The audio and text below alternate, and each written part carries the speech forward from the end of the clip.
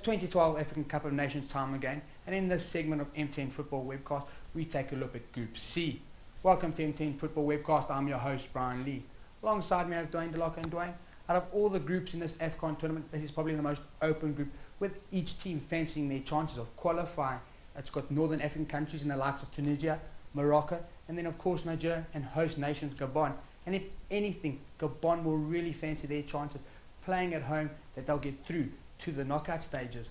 What are your thoughts? Well, Brian, as much as I'd like the host nation to do something, and as much as I'd like Niger as first-time qualifiers to do something, to be honest, I don't think they're going to do much at this African Cup of Nations. I think this is where the North African teams are going to dominate. But there is a chance that Tunisia might again underperform, which they have been doing in recent times.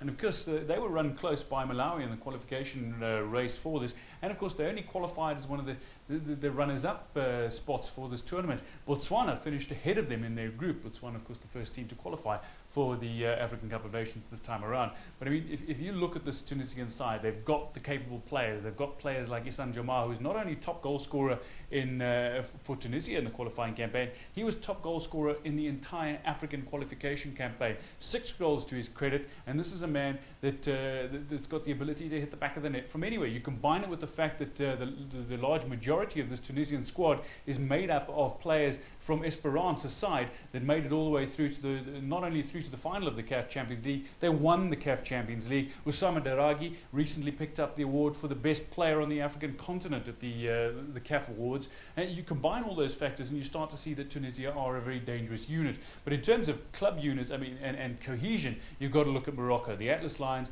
have undoubtedly been one of the dominant forces. Yes, while they were beaten by another North African team, Algeria, in qualifying, they certainly found themselves with a fairly comfortable qualifying campaign where their defence was rock solid. And I think that's the backbone on which this side operates. Up front, they've got a lot of ageing players. Now, those ageing players have managed to combine quite nicely with some of the new youngsters that have been blooded in recent times, most notably among those, the likes of Marwan Chamakh. But you mentioned the name Yusuf Hadji, and you've got a legendary player. He's the man that's going to be leading the front line, certainly the attack. Morocco have got a lot of younger players coming in defensive positions, and that might be a bit of a concern. But despite the fact that they have these younger players coming in, the teams that they've played against so far have not really tested the defence. Perhaps that owes to the fact that this Moroccan team likes to go forward with a great deal of players in the midfield, and they like to attack from a midfield position.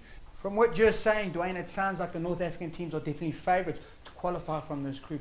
But surely Gabon, with the number of French-based players that they have, hosting the tournament, inspired by a nation behind them, surely they can do something and cause some upsets and possibly qualify for the knockout stages. I'm certainly not going to dismiss the other teams in this group. I mean, you can't look past somebody like Ouamazou.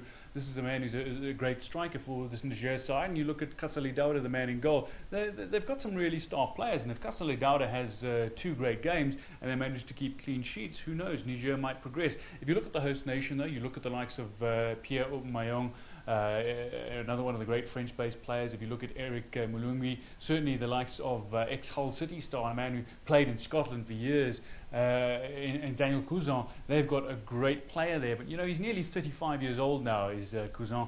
And this is the type of player, while he can add some experience to the team, he's lost a yard or two of pace. And in terms of qualifying campaign for the 2010 FIFA World Cup, he was not quite at his best then. This is now 2-3 years on. Is he going to be at his best now? I'm not quite convinced by it. But they've got the players, they've got the ability. And in a goalkeeper like Didier Ovono-Ebang, I think he's one of the best goalkeepers on the African continent. Unfortunately for Gabon, their defence has been appalling and abysmal throughout the matches that they've played in recent times. And Ovono-Ebang has been an outstanding star, so much so that he's not only come to the attention of people in the African continent, but people all around the world. He plays for Le Mans in France. I mean, he plays in the top flight. This is a man who's no stranger to top-level action. But in terms of whether or not he's got a defence in front of him to keep them out, that's something that I find questionable. The good news, though, for Gabon is they've got one of the great players in charge of them. Alain Giresse, this is a man whose coaching credentials are coming on slowly but surely. He was one of the greatest French players ever. This is one of the great midfield stars of the great French era that included the likes of Platini and Tigana, Fernandes. This is a man that has the ability to show Gabon where they're getting it wrong and to correct that. If you look at the friendlies they've been setting up leading up to this African Cup of Nations as well, I think they're taking it the right way. They're going about it in the right way as well. They got to play against Brazil in a friendly leading up to this tournament. Yes, they lost 2-0 on the occasion, but they're playing some top-level opposition. And you look at some of the other friendlies, maybe Gabon has got the chance of doing something, especially if you look at somebody like Mulungwe or Aubameyang.